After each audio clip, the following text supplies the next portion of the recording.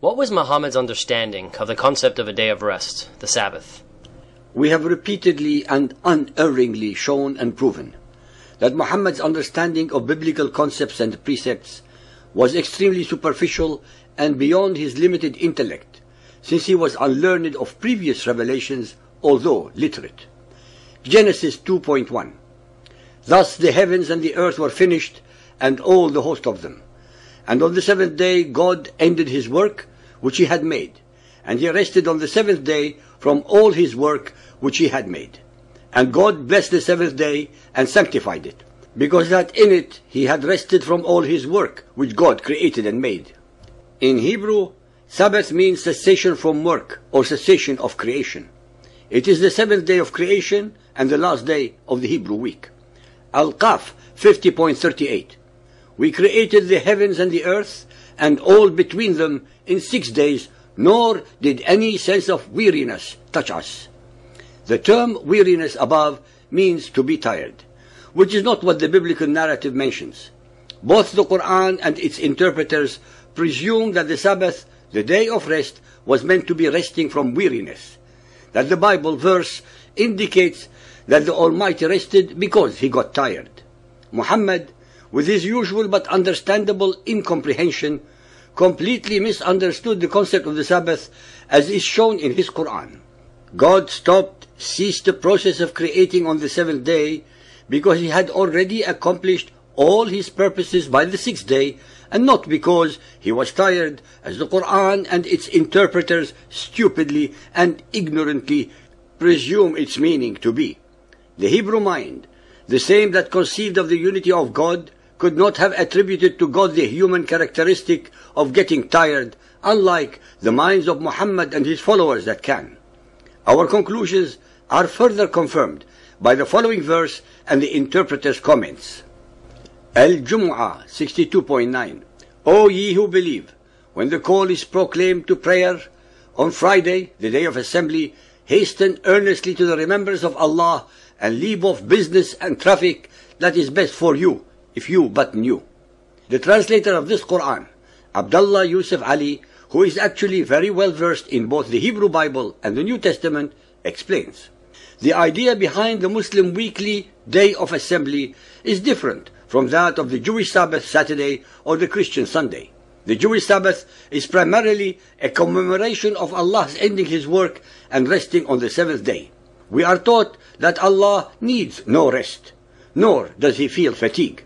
The Jewish command forbids work on that day, but says nothing about worship or prayer. Our ordinance lays chief stress on the remembrance of Allah. Jewish formalism went so far as to kill the spirit of the Sabbath and call forth the protest of Jesus. The Sabbath was made for man and not man for the Sabbath. But the Christian Church, although it has changed the day from Saturday to Sunday, has inherited the Jewish spirit. Our teachings say, when the time of Jum'ah prayer comes, close your business and answer the summons loyally and earnestly. Meet earnestly, pray, consult and learn by social contact. When the meeting is over, scatter and go about your business. I would like now to bring to the attention of our listeners the following facts that have been deliberately excluded from Abdullah Yusuf Ali's self-serving, one-sided and imbecile explanations. We have already explained that the Bible has no concept of the Almighty becoming tired. This is only Muhammad's misunderstanding in his own Quran. In spite of the fact that the Bible does not specifically mention the Sabbath as a day of prayer, in reality, and as Ali very well knows, all over the world of the Jews, they attend Sabbath for congregational prayers. On the other hand, Muhammad and his followers needed to be commanded to do so on their Friday. While the followers of Muhammad attend their mosques once a week for congregational prayers in remembrance of Allah, as Ali so proudly indicates, all religious Jews attend their synagogues every single day in remembrance of God.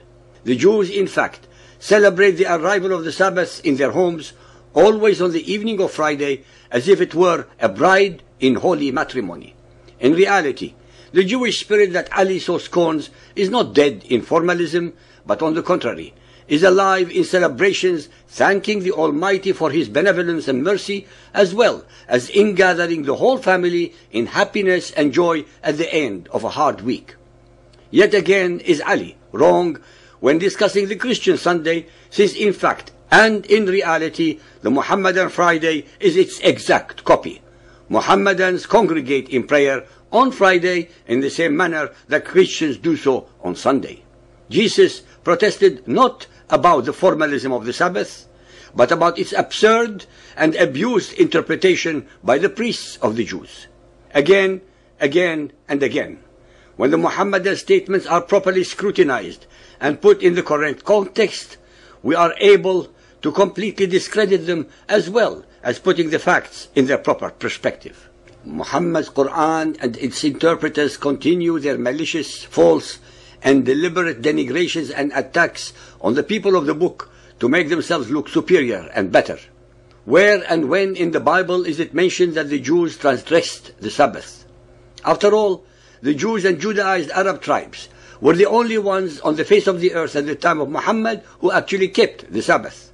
Where did Muhammad get his information from? Why would the angel Gabriel falsify history and religion by giving totally untrue information to Muhammad? Which town were they commanded to enter with humility?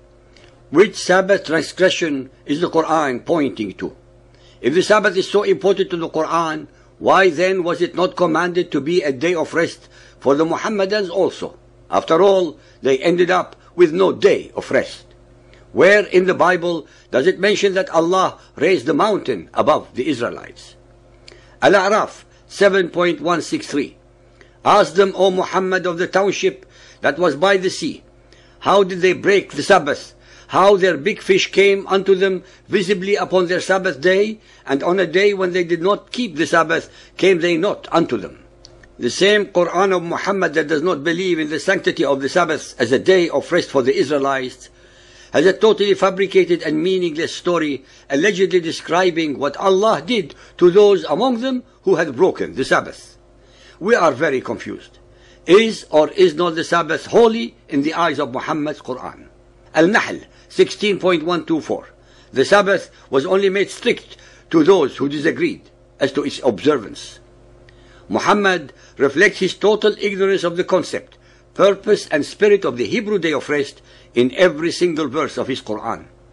Muhammad could not comprehend the enormous and universal spiritual and physical significance of the Sabbath as a day of rest, a day during which all work activities similar to those of the previous 6 days are stopped, thus making it the unique and singular day of the week. Muhammad did not realize that the Sabbath is a day for the cessation of all work, related activities, not only for the whole people of Israel, but also including their guests, their servants, their slaves, their animals, and their land, so that can all enjoy God's bounty and His creation. It was, as was his wont, beyond Muhammad's intellectual and spiritual abilities to digest both the letter as well as the spirit of such a sublime and all-embracing, merciful concept.